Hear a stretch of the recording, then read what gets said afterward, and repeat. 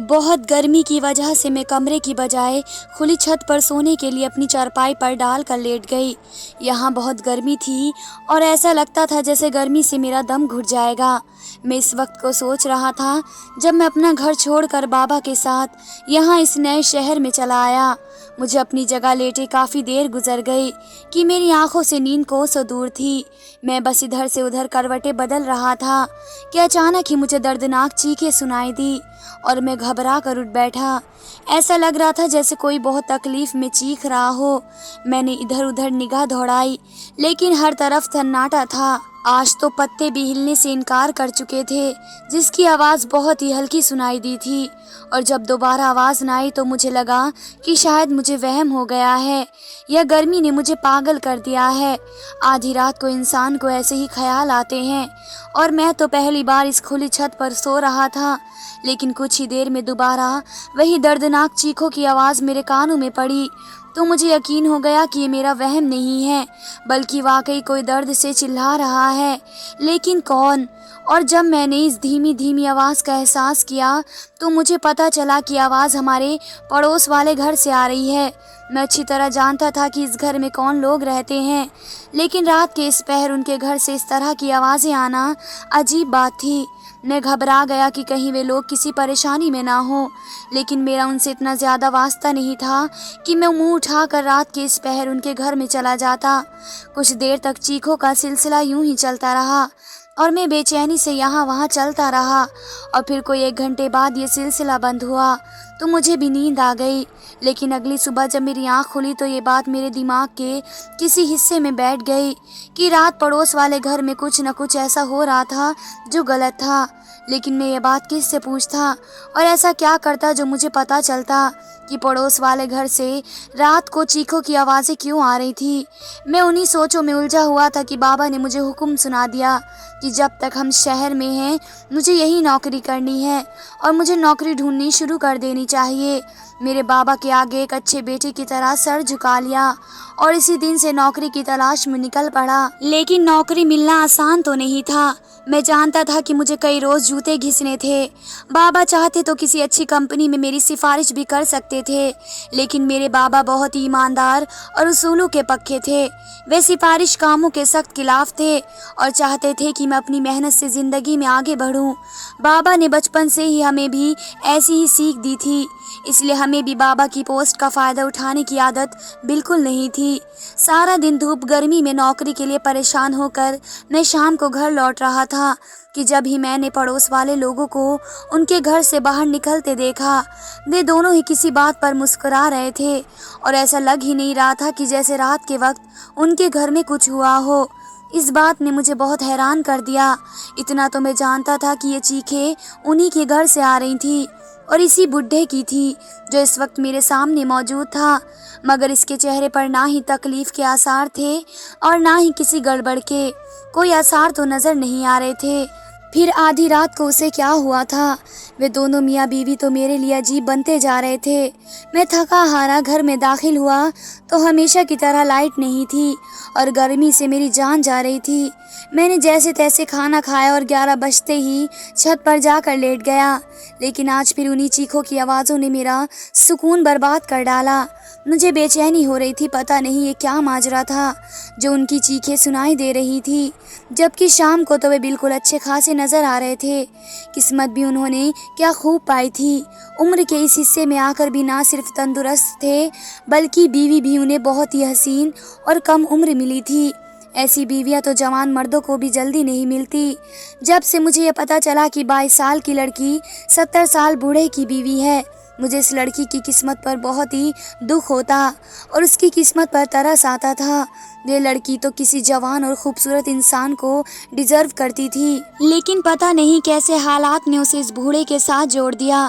کبھی کبھی وہ بہت ہی خاموش اور گمسم سی دکھائی دیتی، ایسا لگتا جیسے کسی پریشانی میں ہو یا پھر بہت ہی مشکل سے اپنی زندگی کی گاڑی گھسیٹ رہی ہو۔ میں جب بھی اسے اداس اور گمسم دیکھتا تو سوچتا کہ اس سے پوچھ لوں کہ آخر اس نے کیا دیکھ کر बूढ़े से शादी की, लेकिन फिर भी ये सोचकर खामोश हो जाता कि ये उनका निजी मामला है। क्या पता उसने दौलत के लिए ऐसा किया हो या फिर मोहब्बत में। जो भी था, मैं कौन होता था उनकी जाति मामले में दखल अंदाजी करने वाला। लेकिन अब इस बूढ़े की चीखों की आवाज़ मुझे बहुत ज़्यादा डिस्टर्ब कर रही थी। मैं सोच में पड़ गया कि इस बूढ़े को आधी रात को क्या मसला हो गया है जो इस तरह से चीखता चिल्लाता है। ऐसा लगता था कोई इसके साथ ज़बरदस्ती कर रहा हो और वे दर्द से तड़प रहा हो। लेकिन उनके घर में उन दोनों मियाँ बीवी के सिवा और था कोई नहीं। इस बूढ़े को कोई तकलीफ पहुंचाता, वह लड़की तो खुद इसके आगे सर झुकाए खामोश रहती। वो रात भी मैंने ऐसे ही सोते जागते गुजार दी। आने वाली 2-4 रातें ये तमाशा ऐसे ही जारी रहा और जब मेरी बर्दाश्त से बाहर हुआ तो मैंने सोचा कि इस रात से पर्दा उठा कर ही रहूँगा। आखिर ये बूढ़ा आधी रात चीखे क्यों मारता है, उन्हें क्या तकलीफ है, जबकि मजबूर तो बेचारी उनकी बीवी है। और यही सोचकर मैंने चुपके से उनके घर जाने का फैसला कर लिया। वैसे भी मैं उम्र के जिस हिस्से में था जहां अक्सर लड़के एडवेंचर्स होते हैं और मुझे ये काम भी कोई एडवेंचर जैसा ही लग रहा था। हम जिस जगह रहते थे ये सोसाइटी जैसा इलाका था और यहाँ तकरीबन सारे ही घर एक जैसे बने हुए थे और सबकी छतें आपस में मिली हुई थी। ये कोई 5वीं या 6ठी रात थी जब मैं खामोशी से अपनी छत लांघ कर उनकी छत पर गया और दबे पांव जीना उतर के घर के अंदर पहुंच गया। लेकिन जैसे ही मैं वहां पहुंचा, सामने का मंजर देखकर मेरे हाथ पांव कांपने लगे और ऐसा लगा जैसे किसी ने मेरे कदमों तले ज़मीन खींच ली हो। मैं सोच भी नहीं सकता था कि 22 साल की ये लड़की सब कुछ कर सकती है। इसने तो बेशर्मी की सारी हदें पार कर दी थी और जो कुछ वहाँ हुआ था वे बताते हुए मैं शर्म से ज़मीन में गड़ने लगा। एक बीवी कैसे है अपने पति के साथ, ये जानकर आपके भी रोंगटे खड़े हो जाएंगे कि इस रात वहाँ क्या हुआ था। मेरा नाम रोहित है, मेरे बाबा एक सरकारी अफसर हैं और कुछ न कुछ वक्त में उनका तबादला होता रहता है। इस बार भी बाबा का तबादला हुआ तो हम कानपुर पहुँच गए। नई जगह, नए लोग और नया घर। मैं उन सब चीज़ों से परेशान हो चुका था। मैं एक लड़का था और मेरे लिए अपने दोस्तों को छोड़कर बार बार जगह बदलना बहुत ही मुश्किल काम था। उस घर में आकर सिवाय दीवारों को तकने के और कुछ नहीं था। माँ सारा दिन मुझे घर के कामों में लगा कर रखती क्योंकि सारा सामान यहाँ वहाँ बिखरा रहता और रात को जब मैं थकार के कमरे में आता तो मुझे नींद ही ना आती। हर बार ऐसा ही होता। हमें अपना स्कूल और दोस्त सब कुछ छोड़ना पड़ता था। शुक्र था कि इस बार मैं अपना ग्रेजुएशन कंप्लीट करके यहाँ आया था, वरना फिर मुझे नए सिरे से एडमिशन लेना पड़ता। हमें यहाँ आए 4-5 दिन गुजरे। हम पास पड़ोस से बिल्कुल अनजान थे। मेरा कमरा छत पर था। रात के वक्त छत पर खड़े होकर मैं गली के नज़ारे कर लिया करता। आसपास के घरों में झांकने का मुझे कोई शौक नहीं था और ना ही ऐसी मेरी तबीयत थी। लेकिन जब से मैं आया था अपने पड़ोस में रहने वाले लोगों को देखकर कुछ हैरान था। मेरे पड़ोस वाले घर में एक 22 साल की लड़की तकरीबन 70 या 80 साल के आदमी के साथ रहती थी। मेरे ख्याल में वे बाप बेटी थे जो शायद तन्हा जिंदगी गुजार रहे थे। लेकिन रात के वक्त वे दोनों जिस तरह अपनी गाड़ी से उतरते तो मैं उनके अंदाज को देखकर हैरान रह जाता। 22 साल की लड़की जिस तरह उस 70 साल के मर्द का हाथ थाम कर घर में दाखिल होती, लगता ही नहीं था कि वे बाप बेटी हैं और ये बात मुझे परेशान कर रही थी। मैंने आज तक किसी बाप बेटी के बीच इस कदर करीबी नहीं देखी और उनकी उम्रों के बीच इतना फ़र्क था कि मैं किसी और रिश्ते के बारे में सोच भी नहीं सकता था। मुझे सवेरे सवेरे वॉक करने की आदत थी और मैं जब भी वॉक के लिए निकलता और करीबी पार्क जाता तो वे दोनों मुझे वहाँ वॉक करते दिखाई देते। लेकिन आपस में ही वे इस कदर मगन होते कि मैं कभी उनसे बात ही न कर पाया। उनका रिश्ता मेरे लिए पहेली जैसा था। बाप बेटी वे लगते नहीं थे और मियाँ बीवी वे हो नहीं सकते थे। वह लड़की कभी घबराई हुई दिखाई देती तो कभी बहुत उदास। मैं अक्सर बहुत गौर से उसका चेहरा पढ़ा करता। मेरी नज़र जब भी उन दोनों पर पड़ती तो मैं ज़रूर सोचता कि उनके दरमियान क्या रिश्ता होगा। एक हफ्ते में हमारा घर पूरी तरह सेट हो गया तो माँ ने खुशी में हलवा बनाया और कहने लगी जाओ पड़ोस में भी ये हलवा दे आओ। दिल तो मेरा बिल्कुल नहीं चाह रहा था कि मैं इतनी गर्मी से घर से बाहर निकलूं, लेकिन पड़ोस के नाम पर मैं खड़ा हो गया। इसी बहाने में उनसे बातचीत कर सकता था और फिर मुझे पता चल जाता कि वे दोनों बाप बेटी हैं या फिर उनके दरमियान यहाँ कोई और रिश्ता है। वह लड़की भी न जाने क्यों उदास रहती थी। हलवे की प्लेट लिए मैं उनके दरवाजे पर पहुँच गया। चौकीदार ने अंदर बताया तो मुझे अंदर ही बुलवा लिया गया। यह एक आलीशान बंगला था। बाहर से तो इतना अच्छा मालूम न होता, लेकिन अंदर से हर चीज़ यहाँ बहुत कीमती थी। कुछ ही देर में वह 22 साल लड़की ड्राइंग रूम में आई तो मैं उसे देखकर खड़ा हो गया। बल्कि वे निहायत ही हसीन और खूबसूरत थी। इसके लंबे काले बाल कमर तक लहरा रहे थे और चेहरे पर सजी धीमी मुस्कुराहट अंधेरी रात में चांदनी की तरह मालूम हो रही थी। उसने मुझे बैठने का इशारा किया और खुद भी मेरे सामने टांग पर टांग जमा कर बड़ी खूबसूरती और नज़ाकत से बैठ गई। इसके अंदाज में आज भी कुछ ऐसा था जो मुझे चौंकाने पर मजबूर कर रहा था। मैंने उसे बताया कि मेरा नाम रोहित है और मैं पड़ोस वाले घर में नया शिफ्ट हुआ हूँ, इसलिए मेरी माँ ने यह हलवा बना कर भेजा है। इसने मुलाजिम को हलवे की प्लेट उठाने का इशारा किया और बताने लगी, मेरा नाम रोशनी है और हम 8 महीने से इस घर में रहते हैं। इसका लहजा बहुत ही खूबसूरत था। कोई भी जवान लड़का इस पर दिल हार सकता था और मुझे भी वे पहली नज़र में पसंद आ गई। इसकी आंखों की उदासी भी इसकी खूबसूरती को बढ़ा रही थी। इससे पहले कि मैं खुद भी इससे कोई सवाल जवाब करता, मैं 70 साल का बूढ़ा कमरे में दाखिल हुआ। मैंने उसे फ़ौरन अदब से नमस्ते किया। वे कम से कम मेरे दादा की उम्र का था। रोशनी ने उस बूढ़े से मेरा इंट्रोडक्शन करवाया और बताया कि ये मेरे पति हैं, तो मुझे बुरी तरह झटका लगा। ऐसा लगा जैसे मेरे सर पर आसमान गिर गया हो। रोशनी 22 साल की कितनी जवान और खूबसूरत लड़की थी। उसका पति 70 साल का बूढ़ा कैसे हो सकता था? मुझे तो अपनी आंखों पर यकीन नहीं आ रहा था। लेकिन पिछले कुछ दिनों से मैं जो उनके बीच देख रहा था, वैसी रिश्ते का इशारा था और शायद यही बात थी जो रोशनी हर वक्त उदास नजर आती। बहुत मुश्किल से मैंने अपने चेहरे के अंदाज पर काबू पाया और एक झूठी मुस्कुराहट चेहरे पर सजा ली। उसके चेहरे पर बड़ी उदासी लग रही थी। ऐसा लग रहा था जैसे उन्हें मेरा यहाँ आना गवारा न गुजरा हो। वे बस सिर से पांव तक मुझे अपनी निगाहों के अंदर लिए बैठे थे और रोशनी को उन्होंने इशारे से अंदर जाने का कह दिया। मेरा दिल बुरा हो गया था। आया तो मैं बहुत खुशी से था, लेकिन वापसी पर बहुत से सवाल मेरे जहन में थे। नौकर प्लेट लेकर वापस आया तो मैंने प्लेट उठाई और अपने घर लौट आया, लेकिन सारा रास्ता मेरे दिमाग में रोशनी का खूबसूरत चेहरा घूम रहा था। ऐसी भी कौन सी मजबूरी आ पड़ी थी जो रोशनी ने उस बूढ़े से शादी कर ली। यकीनन वे बूढ़ा रोशनी के साथ बहुत सख्ती करता था या फिर उसे अपनी बीवी पर भरोसा नहीं था। हैरानी तो मुझे रोशनी पर हुई। वे कैसे इस शादी के लिए रजामंद हो सकती थी? अगर बात सिर्फ पैसे की थी तो पैसा तो वे किसी जवान मर्द से शादी करके भी हासिल कर सकती थी। इसे देखकर तो कोई भी जवान और अमीर मर्द उससे शादी कर लेता, लेकिन उसने बूढ़े के साथ क्यों चुना? मैं तो खुद इसे देखकर दिल हार बैठा। जो भी था, मुझे रोशनी की किस्मत पर बड़ा अफसोस था।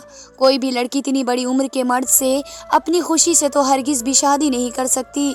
मुझे यकीन था कि उसे ज़बरदस्ती इस बंधन में बांधा गया है। जब से मैं उनके घर से होकर आया, बहुत ही ज़्यादा रोशनी और बूढ़े के बारे में सोचने लगा। ये रिश्ता मेरे लिए किसी भी तरह स्वीकार करने वाला नहीं था। मैंने एक बात और महसूस की थी, वे लोग मोहल्ले में ना ही किसी से मिलते जुलते थे और ना ही किसी का उनके साथ आना जाना था। एक शाम गली की एक मगरूर औरत हमारे घर आई और माँ से मिलकर खुशी का इजहार किया और बातों बातों में कहने लगी कि आपके पड़ोस वाले भी बहुत ही अजीब हैं। लगता ही नहीं है कि दोनों मियाँ बीवी हैं। जब ये लोग यहाँ नए आए तो मैं भी उनसे मिलने के लिए गई, लेकिन उस बूढ़े का अजीबोगरीब रवैया देखकर मैं तो कानों को हाथ लगा लिया। पता नहीं इसकी बीवी भी कैसे उसके साथ गुजारा करती है। मैं वहीं बैठा चाय पी रहा था। उनकी बातें मेरे कानों में पड़ी तो मैं चौंक गया। इतना तो मुझे यकीन हो गया था कि रोशनी इस रिश्ते पर हरगिज़ भी खुश नहीं थी।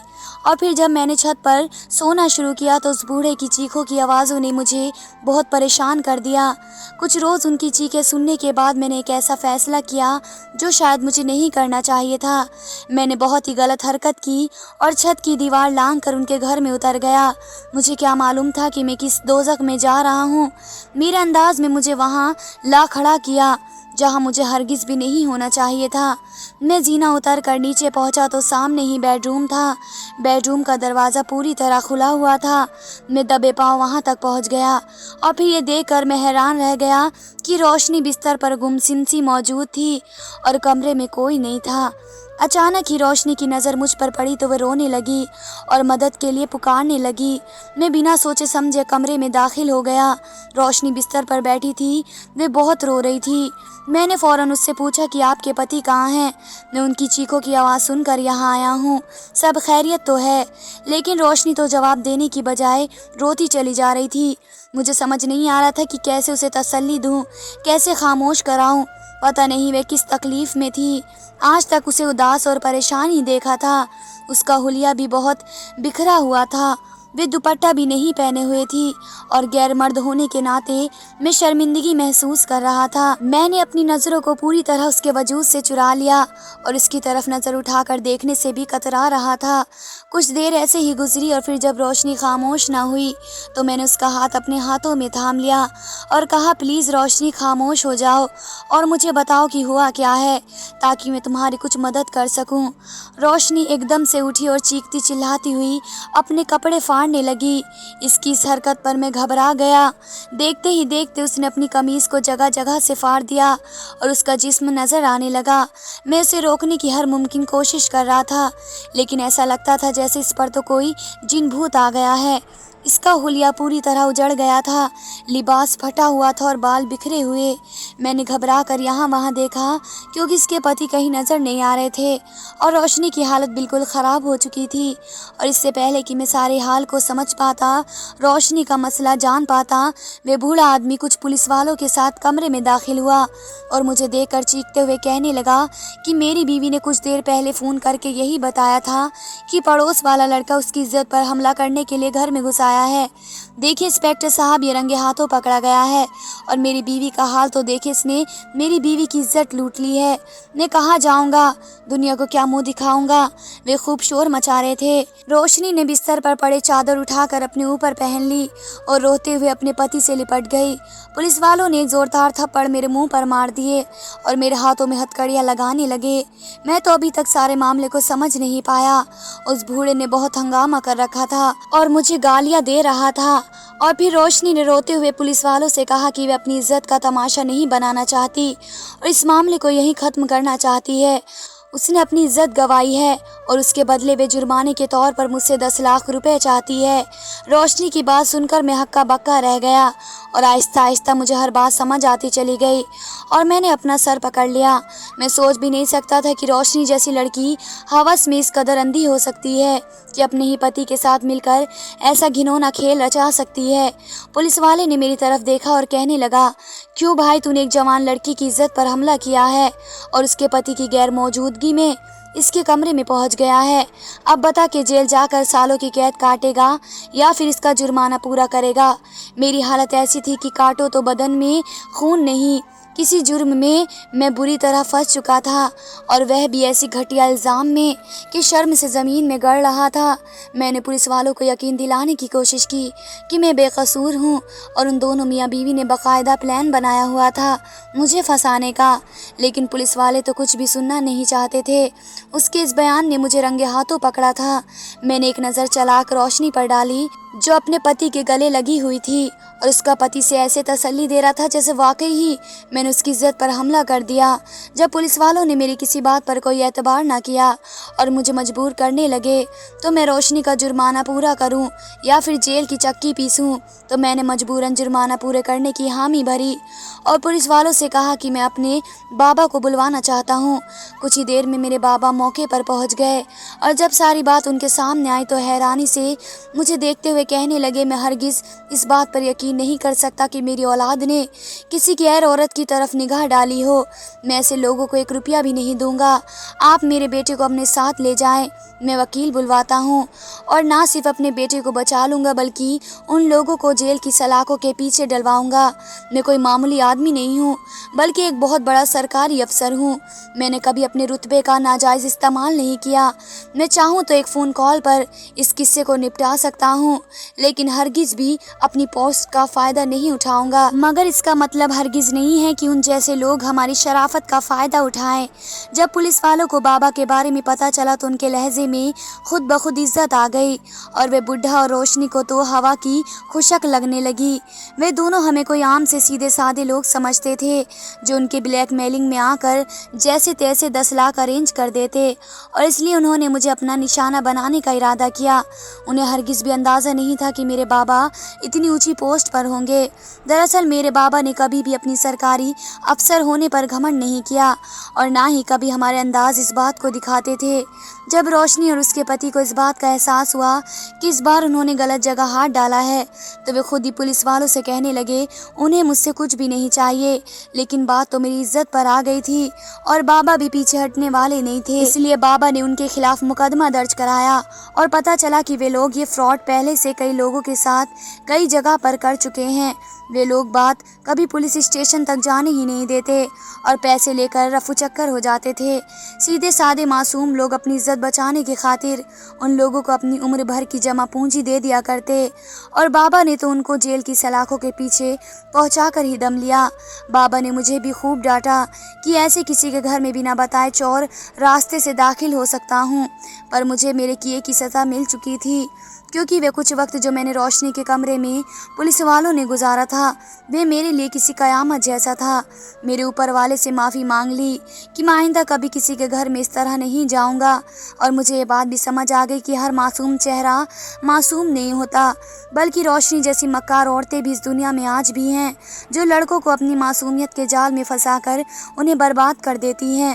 کبھی کبھی میں سوچتا ہوں کہ ان دونوں میاں بیوی نے کتنی چالاکی سے جال بچھایا تھا کہ مجھ جیسا پڑھا لکھا لڑکا بھی ان کے جھانسے میں آ گیا۔